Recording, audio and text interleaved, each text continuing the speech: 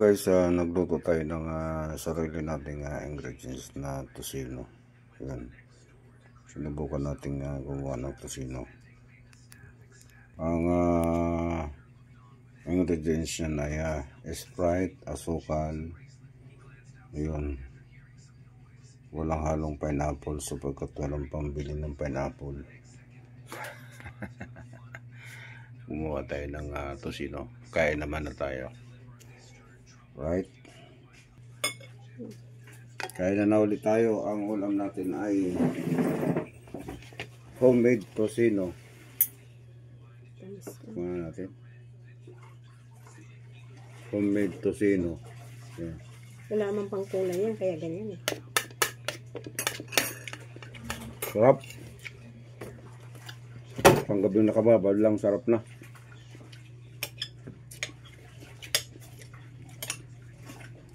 Walang food color, natural lang, kaya walang kulay, pero sarap.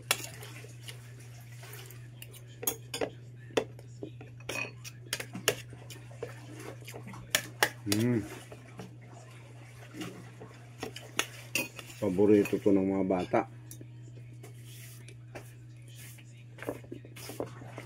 Tipid sa ulam.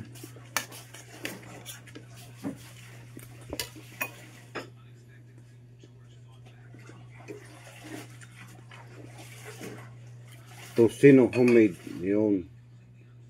Gusto nyo gumawa ng sarili nyong ulam.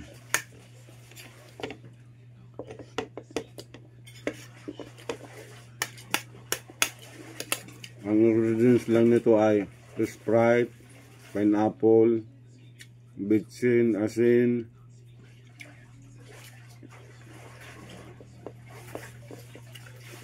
konting bawang para mabango, tapos mandamag-damag yung ibabad.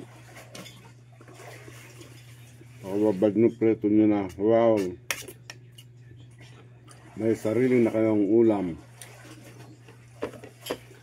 Kayo pa ang gumawa. Sarap. Tara na. Kain na.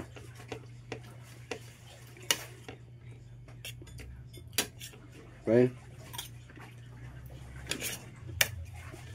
Sarap ang kain mo. Mahal lang kilo ng karne yun. 360.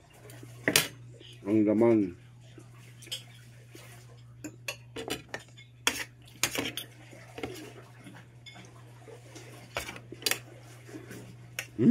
Ganyan kang kumain pagka ganito kasarap.